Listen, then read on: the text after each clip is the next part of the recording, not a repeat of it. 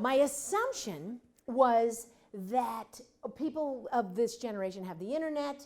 They know everything they need to know about sex. So I roll in, and my niece said, tell this story, that story, and this story, and tell the orgasm story, but you don't have to get into all the details. I'm like, I'll vague it out.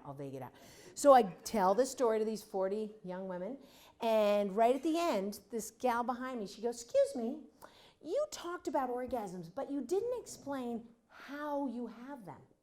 And as I turn my head, the entire room is like this.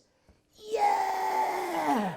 I thought, wow, how could they need this information? They've got the internet. So I map it out, I lay it down. They were asking, can we talk about hairy backs? How about masturbation? What's too much?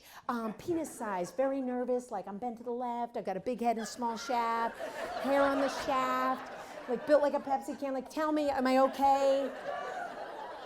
I'm like, wow, Auntie Cindy's a little deeper than she intended to be. They had a lot of questions. Where is that clitoris? Please tell me where.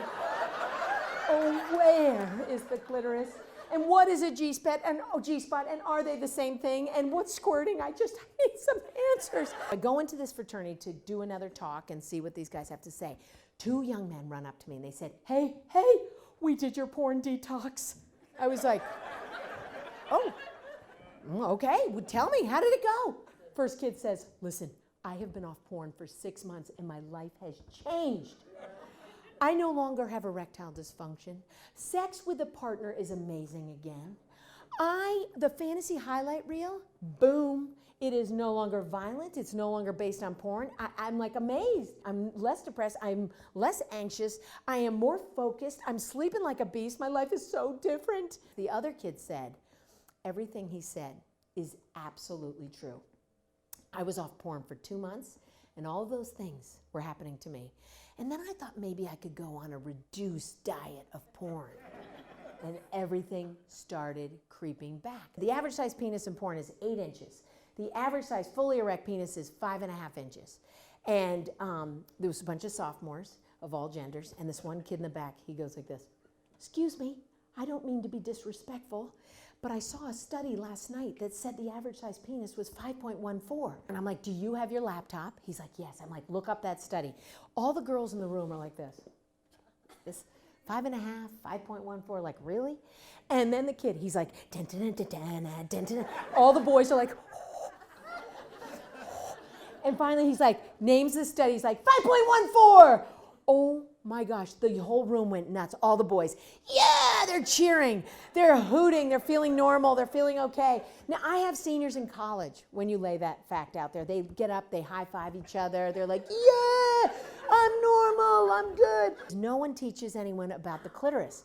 We don't tell boys, and boys will say to me, look, I cannot ask a woman what she likes because that is like illegal. Like I have to know. I know I'm only 17, but I have to know where the clitoris is. And I've been I've been doing a lot of research. You look that stuff up, you're not gonna find some good mapped out situations. You're gonna find porn is what you're gonna find.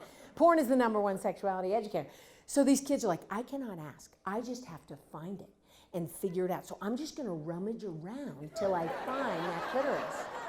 I say to them, do you know you could be rummaging for decades? Like, you need to ask for directions. They're like, no, I can't. I'm like, you must. You cannot find that. You cannot be psychic. With girls, we do not teach girls about pleasure education.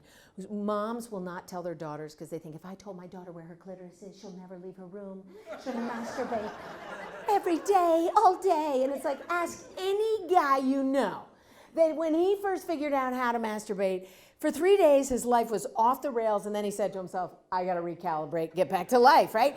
Same thing. And then they say, well, if I do that, she will hump everything. I can't tell you how many women in high school and college are like, once I figured that out, I didn't really need a partner, got it figured out. And everyone assumes 2 women have got it dialed in, like every woman could give a woman an orgasm. Not the case, still elusive. Every woman is different, and different on every day. That thing is moving camp. It's like, 7 o'clock, I'm over here, 1 o'clock, yeah.